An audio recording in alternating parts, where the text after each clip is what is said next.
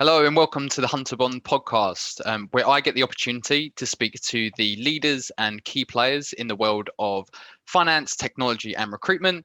I'm very pleased to be joined by James Lynn today, who is an established leader in financial technology. He has a wealth of experience over 20 years in banking and fintechs. So James is the founder of a number of innovative fintechs and is the co-founder of Currensea. So thank you for joining us, James. Firstly, how are you doing? Very well, thanks. A pleasure to be on. And thanks for letting me join you today. That's right. Really excited to have the opportunity today. Yeah, no, definitely. I mean, I've had, I'm actually a consumer and using I will be using the Currensea debit card as soon as it does come through the post. Now, I'd like to talk a lot about that, but for anyone who doesn't know, and definitely check this out because it is revolutionising the way that we as consumers are going to be spending money abroad. But James, please tell us a little bit about Currensea and what the great stuff you guys are doing down there. Well, I mean, high level, Currensea is all about saving people money when they spend abroad. But it works with an existing high street bank account, actually as a layer on top of an existing bank. So it's just a simple debit card, but instead of having to open up new accounts with new banks, it just enhances the existing bank account, but removes the fees for spending abroad. It's that simple. So that's the basics of it. And we're doing a lot more besides, but we can talk all about that. Yeah, no, definitely. I mean, the one thing I looked, when I did look into it was how simple of an idea and a product that it is for the consumer to use, but it is something that is going to, make and save a lot of people money, but also, I guess, the hassle that's normally involved with spending money abroad generally. I think when you're using your card at an ATM, or if you're spending your money in a restaurant abroad, there's always the worry of the exchange rate or the fees that are going to be involved with that. But what you guys have really been able to do is kind of eliminate that and really reduce the costs that are going to be involved in these fees that people are having to waste really. Yeah. I mean, we set this up because I suppose we were frustrated with the existing solutions out there to sort of mitigate these fees. I mean, banks charge fees. They're big organizations. They're expensive to run, so they have to charge these fees. And when we looked at all the solutions out there, and whether it was sort of challenger banks or prepaid cards, whatever, we surveyed a lot of people to see how they felt on this as well.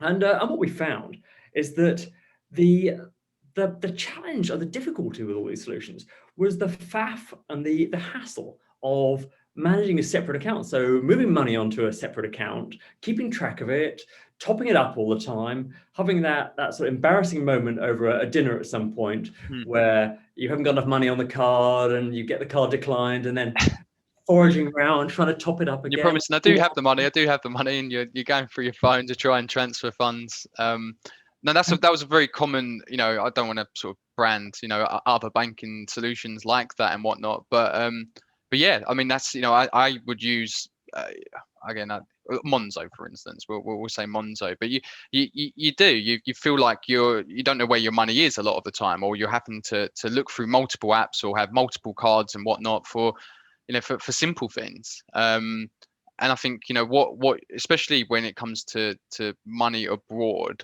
I think having a one place card, which isn't replacing your existing bank account, but acting as, I guess, like the middleman for that, but eliminating the cost and the effort behind it, really. Yeah, I mean, something like Monzo. I mean, Monzo is a great organization. They've got a good product there. But I think a lot of people were using Monzo accounts just as basically sort of glorified top-up FX cards.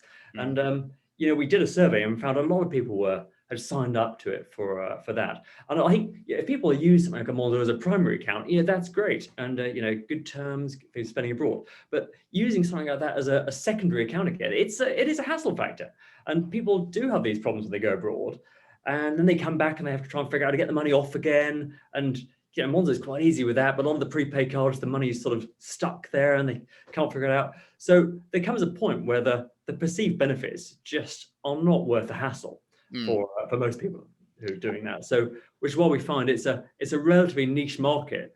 These people who want a sort of secondary account product, and some people have tried it and it goes to the back of the drawer after a year of using it. It's just not that again. It's just not worth it. So for us, just to have a debit card that links to an existing high street bank account, which you're happy with, but just removes the fees when you spend abroad, it's people love it. Yeah, and that's the important thing to explain about it, or people should be aware of, is that the currency card or the service and product that you guys are offering isn't replacing your existing bank. It's not transferring money from your Barclays account or whatnot into Currensea, but the debit card actually allows as to be the middleman, and it uses your existing money that you have in your existing bank and will pay the service or be able to get the money out of the ATM without Barclays charging you 4%, to do that abroad. So yeah, and I think what this will really eliminate, and I think help a lot of people with, is the fact that you have to, if you're going to go abroad, I think a lot of people will, if you're going to America, you'll change up $1,000 and whatnot at post office and whatnot, and then have to travel with $1,000 in your bag, and even maybe put the money in luggage or whatnot, and hope that your bag is there at the end of your journey. But this is actually going to allow people to no longer really have to actually exchange money before they go abroad, because we can talk about that as well, but the exchange rate that you guys offer is just as good, if not better, in some occasions as these currency exchange places. So I think that's the main reason people do it before they go abroad, just because they think, oh, once I get there or I'm at the airport, they're going to charge me more, I'm going to lose money, or if I use my card or abroad, it's going to cost me fees and whatnot. But you guys have really eliminated all of that. Yeah, and I mean, people think that by changing money before getting to the airport, they can save, but that's not always the case. I mean, the airports are really expensive, but it's not always the case. I mean, we're based in Hammersmith, and we've got a number of currency exchanges around here, and we check the rates occasionally. And I had to change money at one point. My eyes were gouged out by the rate I got. It was horrendous. So I mean, yeah, being able to just go out somewhere and use the ATM, but get interbank rates. So we offer interbank rates on the card, which is the rate banks trade with each other at. So you can't get better than that rate. So whether you're abroad buying a coffee, a dinner, paying for the hotel, taking money out of the ATM, getting the best real-time interbank rate just can't be beaten. So yeah, people love it. And that's definitely worth explaining to people a bit more who maybe not so aware of what that is exactly. But so banks who do currency trading with each other, they all work off this one particular exchange rate. Is it called the? Yeah, so the interbank rate is basically the rate which banks will trade with each other at. So keeping it relatively simple, there's a rate like that, and anyone else will get a rate which is significantly worse than that. So maybe some big corporates will get a rate which is a little bit above that, and some SMEs will get a rate which is quite a lot above that, and consumers will tend to get a rate which is far off that as well. So because we've designed the product to be all based on technology, we run a very lean, nimble shop. We can basically remove all those costs and just do it at the interbank rate. Yeah, which is exactly what people want. And you can, if you're on the Currensea website as well, you have the rates on there, so you can easily check, what the rates are, before or even whilst you're abroad. So if you are going to use the card, you can even compare it with other currency traders there. But you're most likely not going to find a better rate than what you can get just by using your debit card, just at ATMs or at restaurants or wherever you might be abroad. Yeah, we found that's really resonated actually with people, because that transparency. Because we've had so many people who have come to us and say, "Oh, this is such a sort of welcome change," because some players will be there and you have to sign up, you have to wade through terms and conditions, or sign up first, and only then afterwards do you find that the big inverted commas no fee is actually quite a big fee, but it's all sort of hidden away. So they love that transparency, and the FCA have been pushing on transparency in this area for a while, and I hope they continue to do so, because ultimately it should be a benefit to consumers, so they can make an accurate comparison and see realistically and genuinely what they are being charged. So I think that's what it's all about.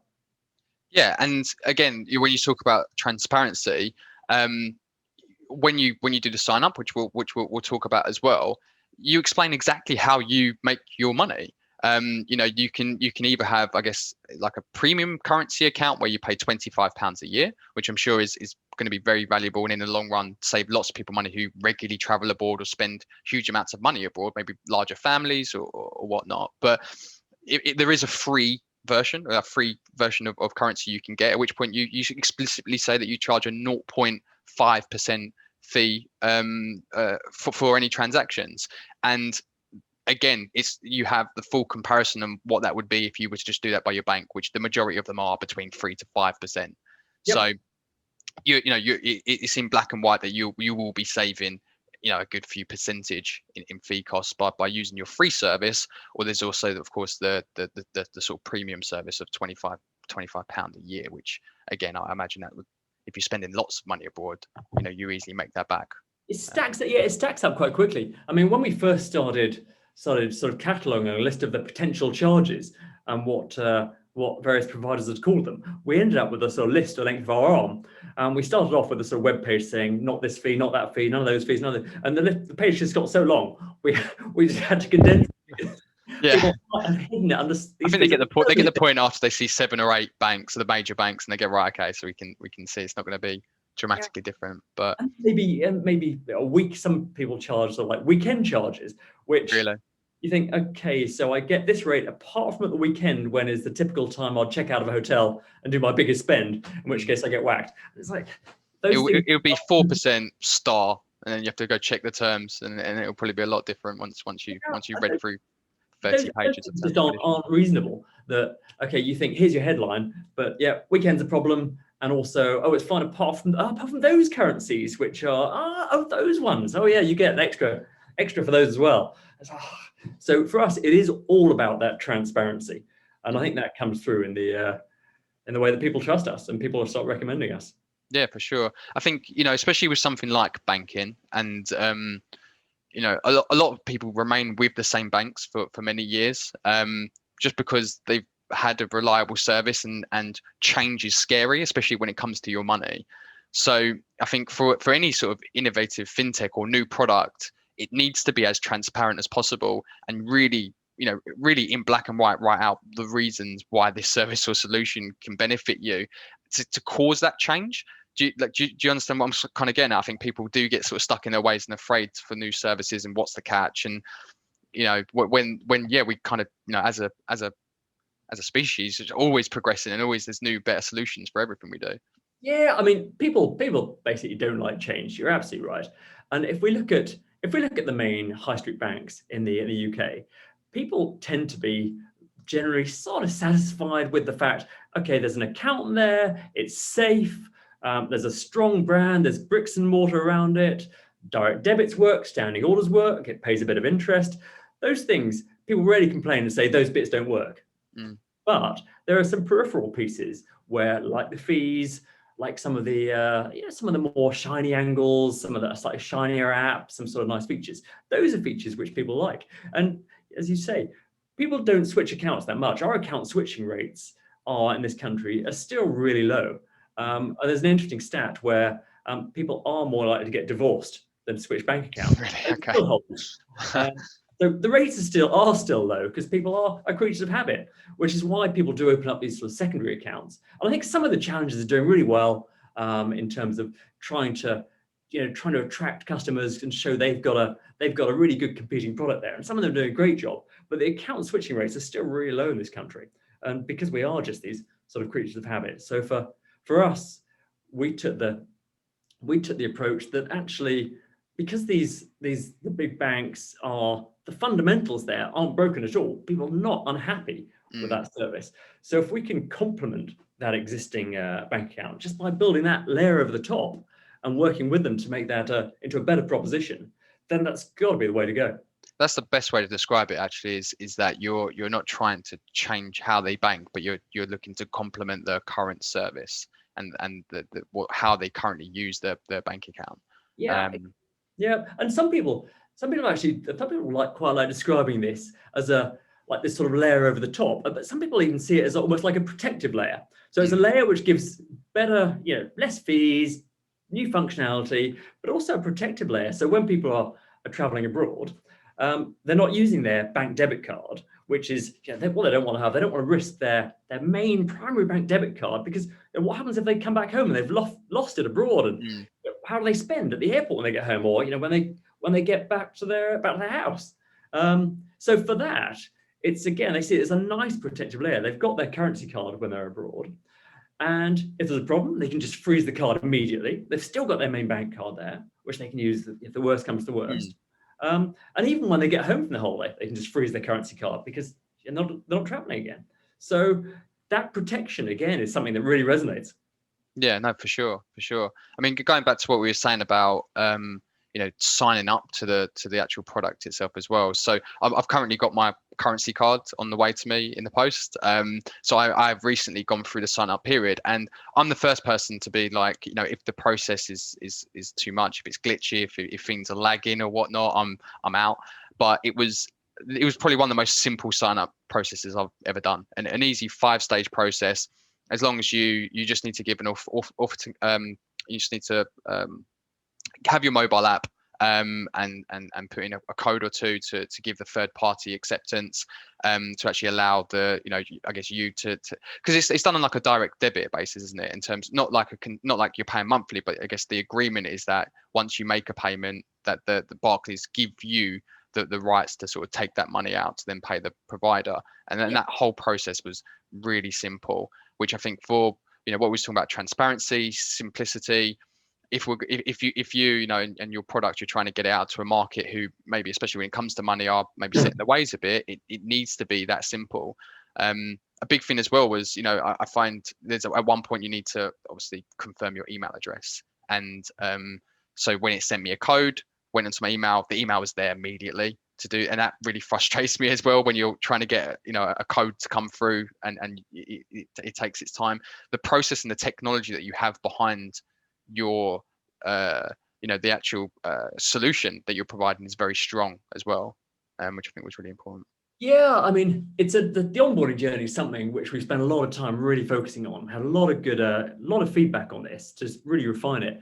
And there was a lovely story with one of our now investors got in touch during one of our investment rounds, and literally pinged through a message on LinkedIn, and said, "Your onboarding process was so sublime, I'd like to invest."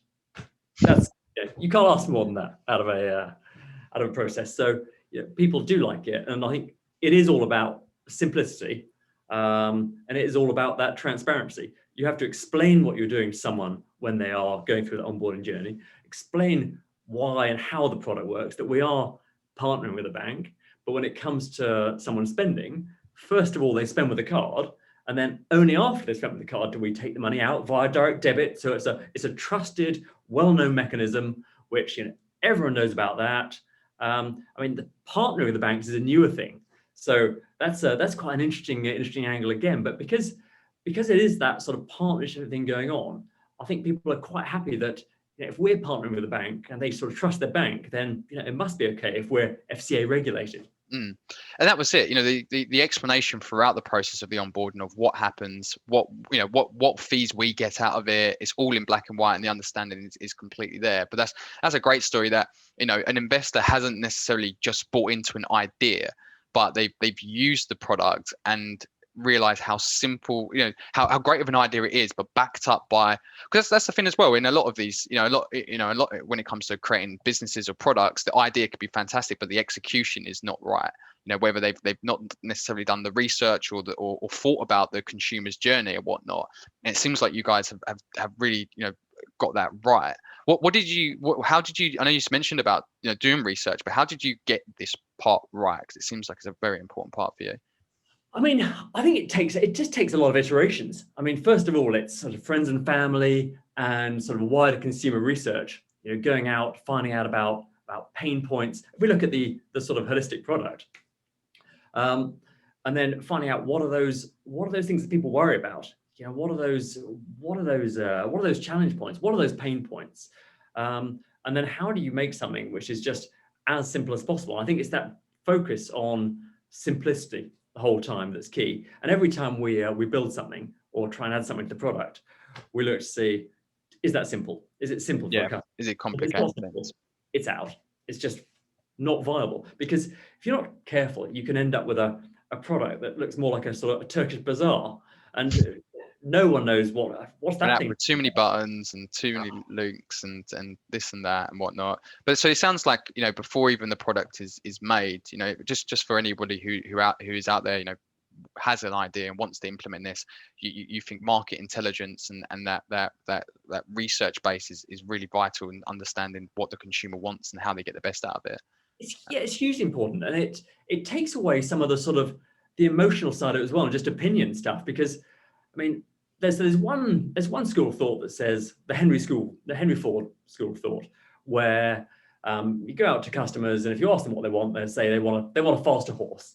They don't want the car, they want a faster horse. Yeah. So that's one school of thought. And there's a certain amount of that. You have to have a bit of vision and think, okay, we want to create this. It's never been done before. So you've got to sort of be able to paint that picture of something. But at the same time, going out to people and asking, if that's your sort of vision, what they want around this, and getting those feelings from other people in there, it definitely takes away, any sort of any opinions, any sort of emotional attachments to ideas between the team, and you get a really clear picture of what's gonna work. So it's hugely important, I think. Yeah, it really helps with your decision making, along the process as well. And as you say, within your team about new features and whatnot. But if you've got a wide scope of market intelligence data that you can actually leverage from to make these core decisions. But yeah, of course, the public aren't, they're not as potentially innovative or open to ideas. So you do need to make it as simple as possible for them to buy into that new concept. So how did it come about? How did the idea of Currensea come about, and the actual implementation of it? I mean, so originally my co-founder and I were discussing. I think we were discussing after a holiday, nice summer holiday. Looking at your fees and it was all over. It was all about the fees. It was all about the fees and the hassle to do anything about them. And when you go on holiday, you don't want to be thinking about stuff like that. You don't want to be sort of. But it's a common thing I would think about is the worry of using your card like anywhere, an ATM or anything. You don't know what your charges are going to be, really.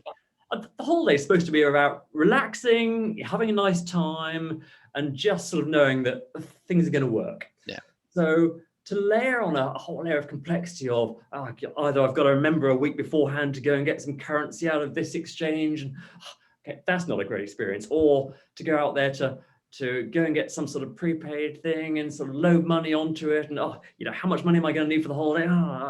Do some calculations and best guess. And look around 6 different currency traders, and I'd look at Tesco or post office and try and find the cheapest one. What hours are the travel desk open? And it is all that was just too much. So we wanted to do something about this. So my background had been all around electronic foreign exchange trading platforms, and my co-founder had also been in banking and was the chief engineer of open banking at one of the UK's biggest banks. So we sort of put our heads together on this and thought, there's got to be a better way. What we ideally wanted was to use our bank cards with sort of extra protection and no fees. And that clearly wasn't going to happen. So we decided to create something to make that happen.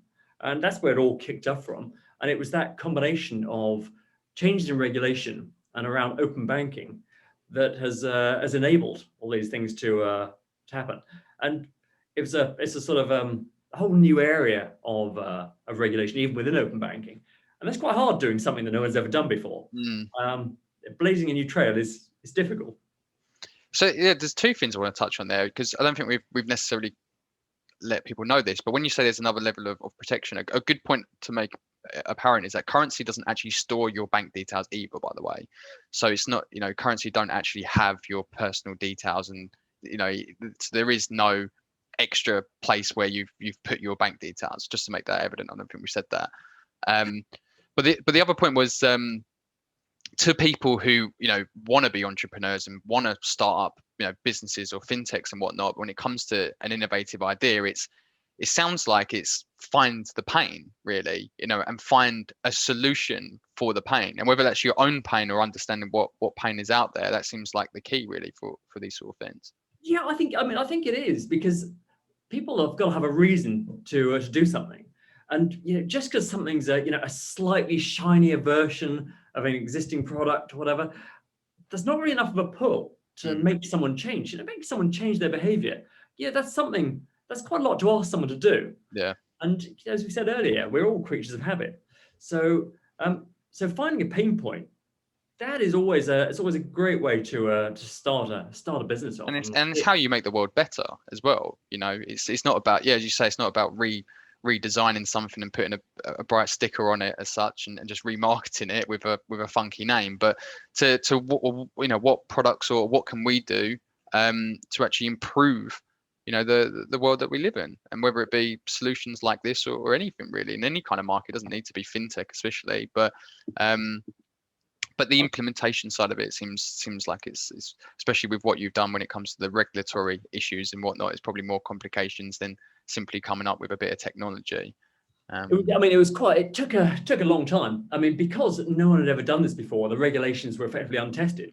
So we had to work with the FCA directly in their FCA sandbox, and to really try and understand these regs and how we could use them, and what the end proposition could look like, and even things like the onboarding journey. And the guys there, they've got an amazing team to really help with that sort of scenario for people who are really testing new boundaries. So we work with the FCA and MasterCard together, and so we had an amazing team across those organizations, and it did take a long time.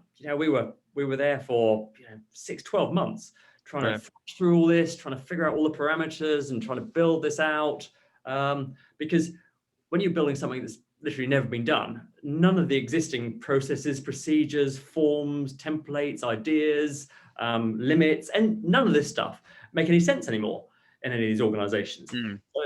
So yeah, luckily both organizations are really flexible on this and understood this, and were able to move. So it's huge credit to especially MasterCard and our processor GPS, both big organizations, but they were able to move and innovate with us to enable this. So that's hard. That's hard for big organizations to do. So huge credit to those guys. Is that because they really bought into the idea themselves, or understood that there was the protection there generally, wasn't asking to do something drastically crazy? Or yeah, I think it's because it was based on regulation. We weren't doing something completely mad. And I think it's because it was something new and totally different. And if we went back 15, 20 years, then the first prepaid card came out there, and that must have been a similar nightmare trying to create the first prepaid card. How on earth does that work? And so in the same way, when you're doing something entirely new and different, and we came up with, I suppose we'd call it the world's first open banking debit card. And when you come up with something like that, I think these organizations, anyone who embraces innovation and things which are beneficial ultimately to the consumer, are interested in this and are willing to really get behind it and move mountains to try and help. So I think that's why it's fantastic working with organizations like that. Yeah, that's what it sounds. Well, it sounds like you've had to go through a lot. Does that come first then? Is it the idea then? Well, can we legally do this, and then you start implementing the other bits? Or yeah, I suppose there's the idea to start with. Then there's the figuring out with some sort of consumers. Does this idea resonate? Is it just us who love this idea? Yeah, yeah. You have 2 users at least. Yeah, exactly. You need a few more than that. So you got to go out, and then it's just sort of trying to figure out, can you actually create this thing? Is it possible? And like blazing that trail and putting that sort of single thread across the whole thing end to end, just to make sure it is actually viable. It's going to hang together from a technical angle, from a commercial angle, all these angles. And then just building on that layer upon layer upon layer until you've got that first version of the product. So yeah, so you've got the market research. There's a need there. You believe that the user is going to buy into this. You've got the regulatory stuff completed and whatnot. What happens next then? Do you build a technology team to implement this stuff? Or yeah, I think it's in conjunction with that sort of the sort of regulatory side for us, and with the FCA sandbox, it was building that sort of first version and saying, okay, we can go out there with just sort of 100 users, friends and family, with that sort of first version. So that was working with MasterCard and the FCA in a sort of a way where we didn't have to have that full regulation It's not completely out there to the market as such, but more in like a beta stage or version of it. Yeah, exactly. And so being able to test that out. So at that point, you've still got to build the product. You've got to have a first version of the product out there. And it's, it was quite rough and ready to start with, very much beta. And the onboarding journey wasn't quite as smooth at that point. It got better over time. well, like 7 or 8 steps, but it wasn't bad. But yeah, so we already had a tech team quite early on this, because again, when you're doing new stuff, you have to have a good close-knit team early on, just to even trailblaze and find out, is it viable there? Because testing that viability, that's actually quite hard if you're doing entirely new things. So yeah, we had a team of people who, like, many of them knew each other beforehand, and so my co-founder, Craig Goulding, had brought together some of the people he worked with before, and that was a very, very powerful team. No, that was really helpful to have the team behind you. In terms of the funding side of it, of course, how did that kind of come about?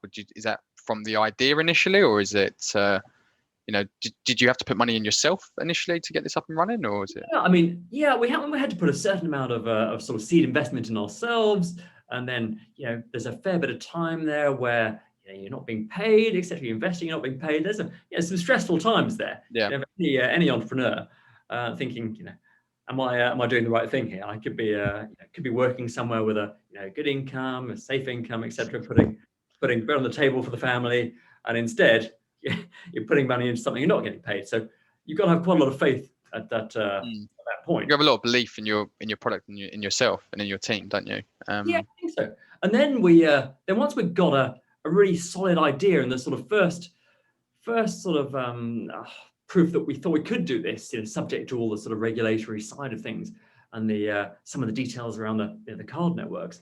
Then we went out to our network and our extended network with this idea and the first sort of pitch, explaining why we thought this was going to be a revolutionary product, something really different, which people just hadn't seen before.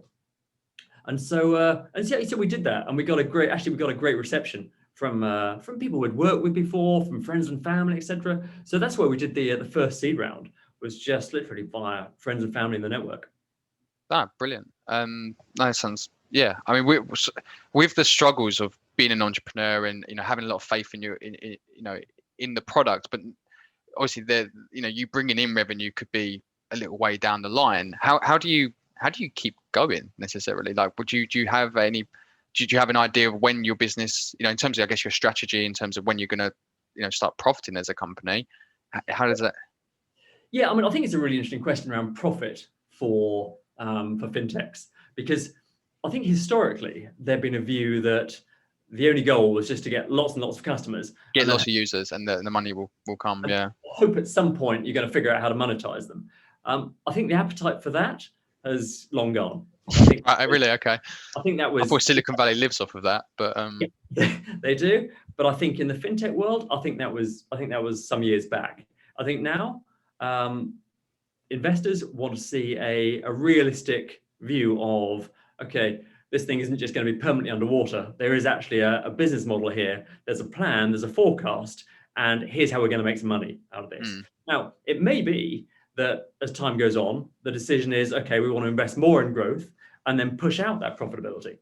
And actually, there are parallels there with something like Amazon. Amazon decided not to make a profit for a while. They could have done. They decided not to, because actually they were more focused on growing it.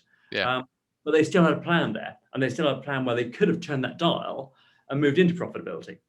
So I think that's the most important thing, is to have that vision and know that you have a commercial offering that does actually stack up, as opposed to having something that is just underwater. Yeah, which again, it is kind of based on the users. And what's your plan to increase the usership? Is it through marketing, word of mouth, or how does that?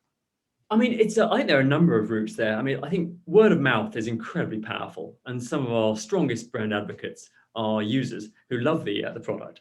Yeah. The investor I mentioned earlier, who originally invested because of the onboarding journey, it's actually the story continued there, that actually he said he wanted to invest because the onboarding was so sublime, and then he went abroad on a holiday in Spain, and pinged us a note from Spain saying the product is so good, I want to double my investment. And you think that's a So great it was thing. the onboarding that got him bought in, and then it was actually using the product himself. And, Yeah.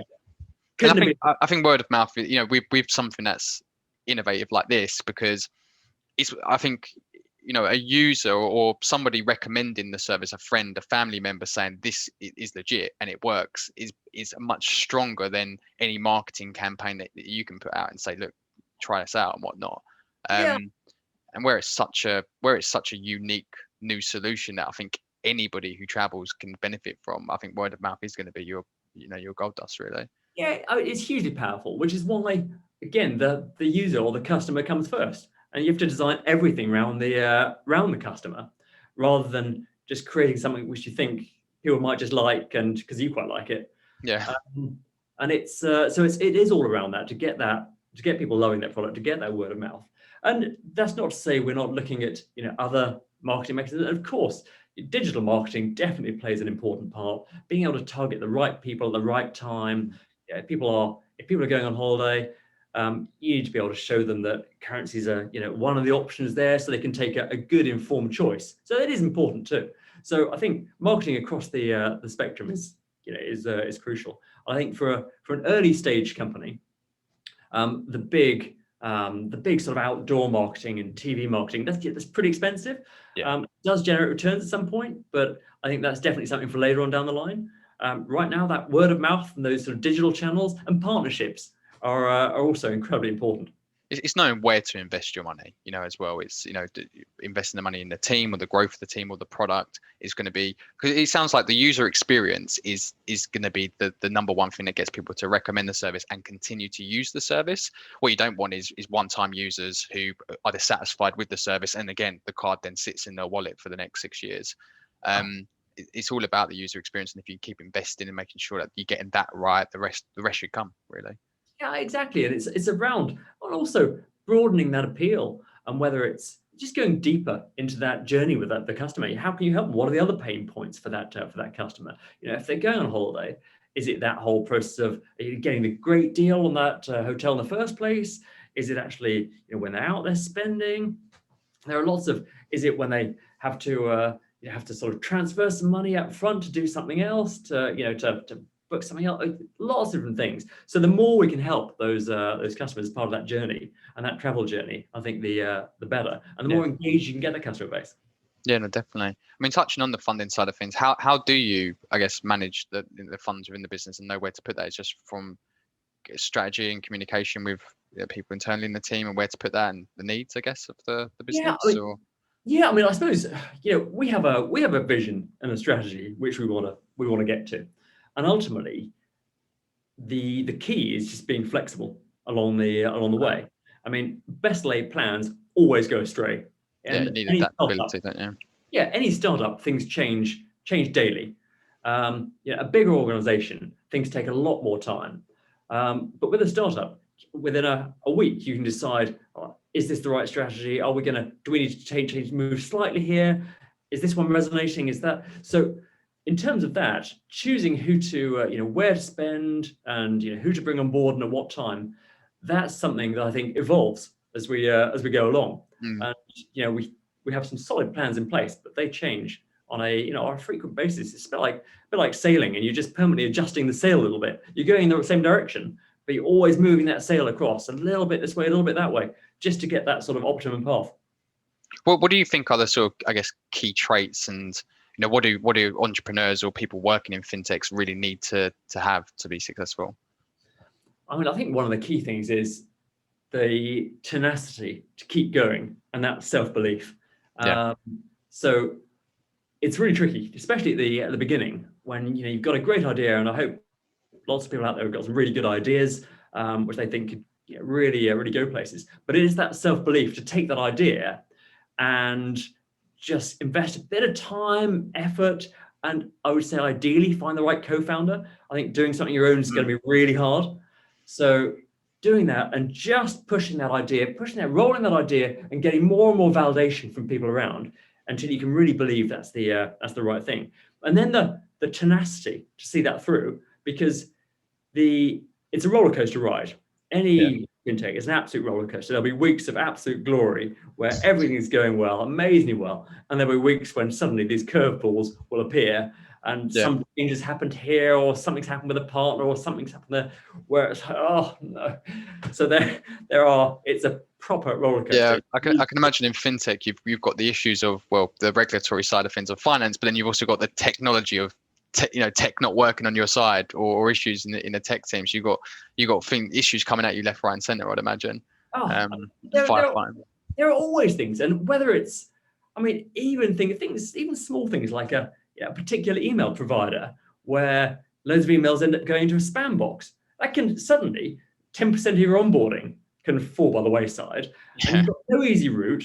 So it's a massive search via LinkedIn, via this, or an email to the chief exec, or these sorts of things. And it's pretty strange things like that, which are suddenly a horrifying inbound. You wouldn't even think about some of these things, but suddenly, oh God. So you've got to fix loads of these things. Do you think so? Yeah, so it sounds like there's going to be a lot of surprises that you get along the way of things you have to deal with. Do you think, investing in someone who has experience in already, being an entrepreneur and founding that, do you reckon the research in an entrepreneur, what these issues that might come up be valuable, or do you think just firefight and just keep going? Like, what do you think's? Yeah, I think it's actually a mix. I think there's value in experience in the sector you're in, without a doubt. I mean, for us, knowing about FX, payments, cards, these sorts of things, that's hugely valuable. I think someone trying to go into a sector without knowing anything about that sector, just with an idea, that's really, really hard. So that's valuable experience. I think the entrepreneurial experience is useful just because people know how to roll with those hits, roll with those punches, because otherwise, I think in a corporate existence, there are ups and downs in any role, but they're less extreme and they're longer. So with a startup, they're short, sharp. So I think that entrepreneurial experience can definitely be useful for that resilience purpose. So helpful, but also there are some things which are almost sort of like things in the startup rulebook where lots of things we didn't know, and we can list down a few things. It's like, oh my God, if we'd have only known about that, it would have saved us hours, weeks. So there are some things which. Well, hopefully you'll be able to pass that wisdom on. But so for anyone who has an idea but maybe hasn't got any experience within that industry or sector, but it's a great idea and they're young, they're hungry, would you advise them getting into that industry, maybe working for a bigger organization where they can learn the ropes a bit before going forwards with an idea? Or I mean, it's hugely useful because it means you can figure out where the pitfalls are. I mean, there's one school of thought which says, okay, but if you go into that industry, you're going to start getting indoctrinated, you'll start thinking in a certain way. And there is a bit of that to it. But at the same time, if you've really got a good entrepreneurial spirit, you'll be able to take that on board, that thinking on board, and also keep your sort of original entrepreneurial thoughts as well. So I think that's hugely useful. The alternative is finding people who are already in that industry and just bringing them on board. That's the point. So, but I think getting some experience in somehow, either for yourself or from someone else, is really, really important. I think it would be hard to succeed in certain sectors, especially fintech, without that. Yeah. Is there any sort of key lessons that just words of wisdom that you have about entrepreneurs or people wanting to get in and start in fintechs? If there was a rule book of, what would you have liked to told yourself sort of 5-6 years ago that that you wasn't aware of? I mean, I think to start with, getting some of the right team around, even if we look at some of the sort of professional services side of it. So if we look at, for a fintech, key areas there's the regulatory side of it, there's the things like the accounting side of it, the legal side of it. Those things, you could just dismiss them and think, oh, that's just commodity stuff, you can get that off the shelf. So far from the truth. Right. Unless you get the right people and surround yourself with the right sort of partners in those spaces to start with, you just do not have a foundation to build on. And you'll just come a cropper time and time and time again. Now, we actually did have for Currensea, we did have some of the right partners there from day one.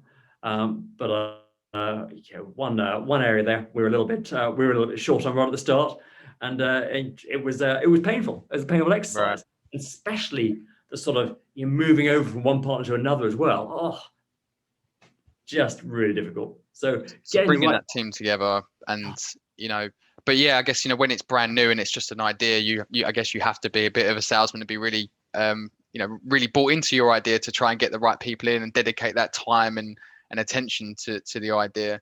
How would you, I mean, it's great, you've obviously got a wealth of experience within this industry already that you can leverage from, but how would the people who don't necessarily have the connections or the network, would it just be a case of networking, reaching out to people?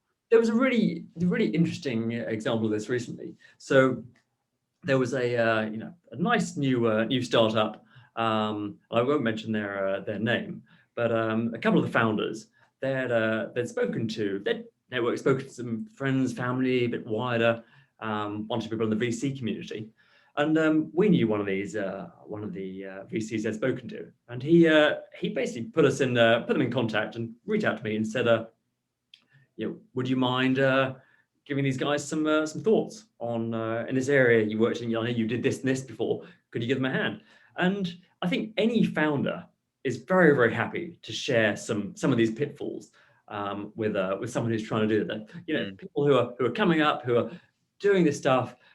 Where what they're going through. The difficulties. So actually sharing some of that stuff, I think any founder would be very happy to do that. So so we had some chats and introduced them to some ideas and people, and told them about a few of the pitfalls. And they've gone forward. They've used some of these people. Hopefully, they haven't fallen through some of these holes. And I think it's been fantastic. It's fun working with them and sharing some of these things. And it'll be great to see them really take off and do well. So it's that sort of thing is the thing I really advise is try and use the network to find people who have done this sort of thing before, and people who have founded things before, and just try and get some advice, so you don't fall through these sort of massive, great pitfalls right at the start. It's the same with recruitment. When I train and support people, I've been in recruitment 7-8 years. I've made lots of mistakes along the way, and if I can pass on some of that knowledge and their mistakes, hopefully they won't make the same mistakes. And I think you as an entrepreneur or someone who is going into a market or something brand new, I think the best thing you can do is try and leverage off of a network of people that are willing to support you and help you with advice, and hopefully you won't make the same mistakes they might have done, or even help you get past things you weren't aware that were going to be issues along the way. I mean, also with these things, what goes around comes around. I think you've got to be willing to go out there and share some experience. And then the more people you meet, the more potential opportunities there are in the future to work together, to do this, whatever. It's and that's one of the nice things around the whole fintech industry and people starting up new businesses is that a lot of people are there for each other, and what someone's going through. And there's not just reaching out to people on LinkedIn or whatnot, but I'm sure there's many networking events that people can go to and just communicate with people and try and get their idea out there and just share stories. Absolutely, a bit harder right now with masks on, but yeah. Normally they would be great. I mean, touching on that, I mean, you as being in a fintech, I think you spoke before and mentioned there's about 20 of you in a Currensea. And you say you're based in Hammersmith, is that right? Yeah, right. Yeah. Yeah, my memory's not too bad. So how have you adapted, and what are the challenges you found in a fintech with the current situation, and how has that changed how you operate and going to move forwards? Yeah, I mean, it was certainly the whole pandemic was a challenge. So if we look last year, we had a fantastic Q1. Q2, things just fell off a cliff as they did for everyone. With people not being able to travel as much, I mean, that's that. Yeah. So we used that time to really invest in the product. We saw that as something which was relatively short term. So we really invested in the product, improving the product, listening to customers, etc. And we also went out and decided actually we wanted to focus as well on the SME segment, because the one thing around that segment is there's a lot more spend around not just on travel, but around procurement as well. So people either paying for their software as a service online, Okay. where the payments are on a card in dollars every single month, or they're buying raw materials or whatever on a card. So it's not quite as sensitive to the whole pandemic. So as time went on, we did in Q3. That was amazing. The doors opened again for travel. We had loads of people getting cards, fantastic.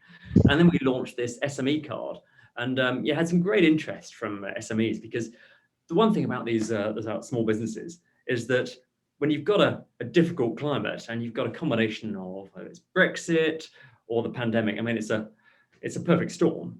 Having to pay 3 to 4% in fees every time you're using your debit card to buy something overseas, that's a fee you really don't want to be paying. So we did have a good reaction from. I wasn't aware it wasn't just the general public, but also there's a whole business space as well Yeah. that you can kind of take advantage of, and I'm sure businesses will be able to take advantage of for sure.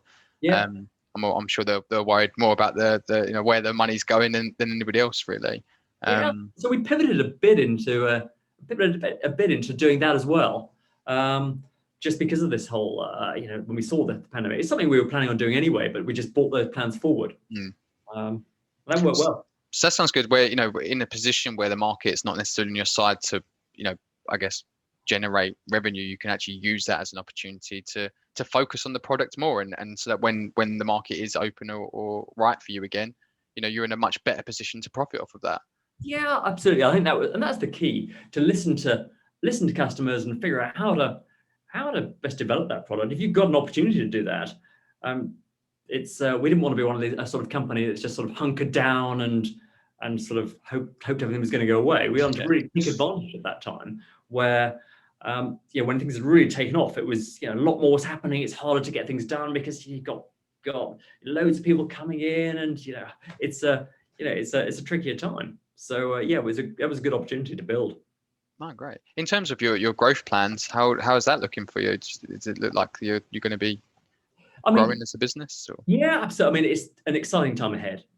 Clearly, we want travel to kick off again this year. So we do. Don't we all?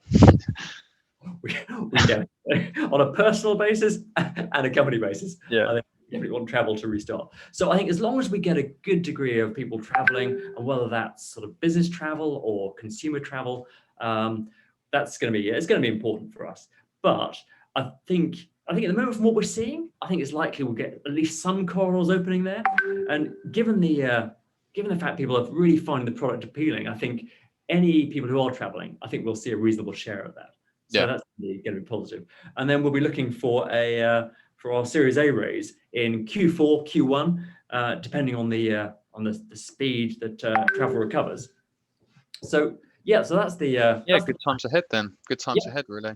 That sounds really promising. There's one last thing I wanted to touch on as well. Was also about looking on your website. There's also an opportunity for people to I guess give to the charitable causes that you guys seem to be quite passionate about as well. Can you talk a little bit about the Plant a Tree and Yeah, absolutely. I mean, this is all about sort of the giving back side of it. So we encourage people to go traveling. We want people to go and enjoy the world, travel, see things, etc. But at the same time, we're conscious that we and a lot of our customers are conscious of the carbon footprint that entails. You are flying, you've got a higher than average carbon footprint. So it was all a question of that, of, okay, can we do something to help people actually give back a little bit on that and to actually offset? Because I think a lot of people want to do the right thing, but it's quite hard generally to do this or remember to do it. And if it's not convenient, it's really hard. So we give people the option of giving a certain percent of their savings. So if people are saving 3 or 4% in fees, we let them give a certain percentage of that, just a small bit of that maybe, to doing the right thing. So maybe either planting trees or taking plastic bottles out of the sea.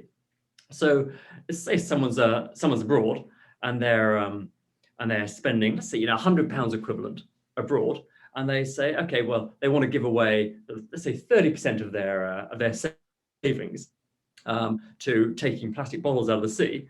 Well, seamlessly, they'll be spending abroad, they'll spend their £100 equivalent abroad, and we'll take 100 plastic bottles out of the sea for them. So that's pretty good. Yeah, nice. People And love that. I think people will be much more, you know, they'll be much more pleased knowing their money's going towards something like that than just going into the pockets of bankers where it would normally be going.